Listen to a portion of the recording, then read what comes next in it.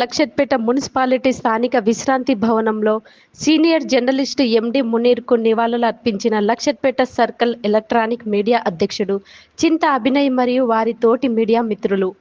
అధ్యక్షుడు చింత అభినయ్ మాట్లాడుతూ, మునీర్ మరణ వార్త చాలా విషాదకరమని, ఒక సింగరేణి ఉద్యోగిగా ఉంటూ జర్నలిస్టుగా చేస్తానంటే సింగరేణి సంస్థ ఒప్పుకోలేదు. అయితే కలం పడితే కానీ నిజాన్ని చెప్పలేమని, సింగరేణి ఉద్యోగాన్ని సైతం లెక్క చేయకుండా వాలంటరీ రిటైర్మెంట్ తీసుకొని జర్నలిస్టుగా వారి ప్రయాణాన్ని ప్రారంభించారు. ఉవ్వెత్తున ఎగసిపడుతున్న తెలంగాణ ఉద్యమానికి సింగరేణి ప్రాంతంలో మునీర్ తన వంతు క్రియాశీలమైన పాత్ర పోషిస్తూ సకల జనుల సమ్మెలో భాగంగా కార్మికులందరికీ ఏకతాటిపైకి తెచ్చి సింగరేణి ప్రాంతంలో మంచిర్యాల జిల్లా ఉద్యమంలో ముందు ఉంచినటువంటి వ్యక్తి మునీర్ భాయ్ అని వారు తెలిపారు. ఈ కార్యక్రమం వారితో పాటు సీనియర్ జర్నలిస్టు వై శ్రీనివాస్, గడ్డం వినీత్, ఎర్ర తిరుపతి, మెట్టు మనోజ్, ఏ రాజేష్, వినీత్, అనిల్, మహేందర్, సోక్రటిస్, బుర్ర శ్రీనివాస్, పేరం రమేష్, అప్పని ప్రదీప్ తదితరులు పాల్గొన్నారు. జోహార్ మునీర్ సార్ కి జోహార్ మునీర్ సార్ కి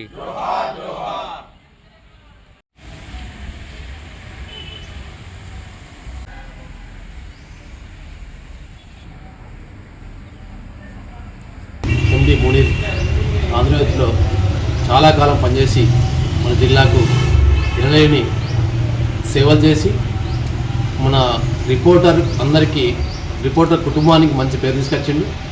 అతని మృతి ఇటీవల కాలం ఒక వారం క్రితం చెందింది కాబట్టి ఆయన కుటుంబానికి ప్రగాఢ సంతృప్తి చేస్తూ వారు ఎక్కడున్నా కూడా వారి ఆత్మశాంతి చేకూరాలని కోరుతూ వారి కుటుంబ సభ్యులందరికీ మా యొక్క లక్షపేట ఎలక్ట్రానిక్ మీడియా తరఫున ప్రగాఢ అనుభూతి చేస్తూ మేమందరం ఆత్మశాంతి చేయాలని కోరుకుంటున్నాం.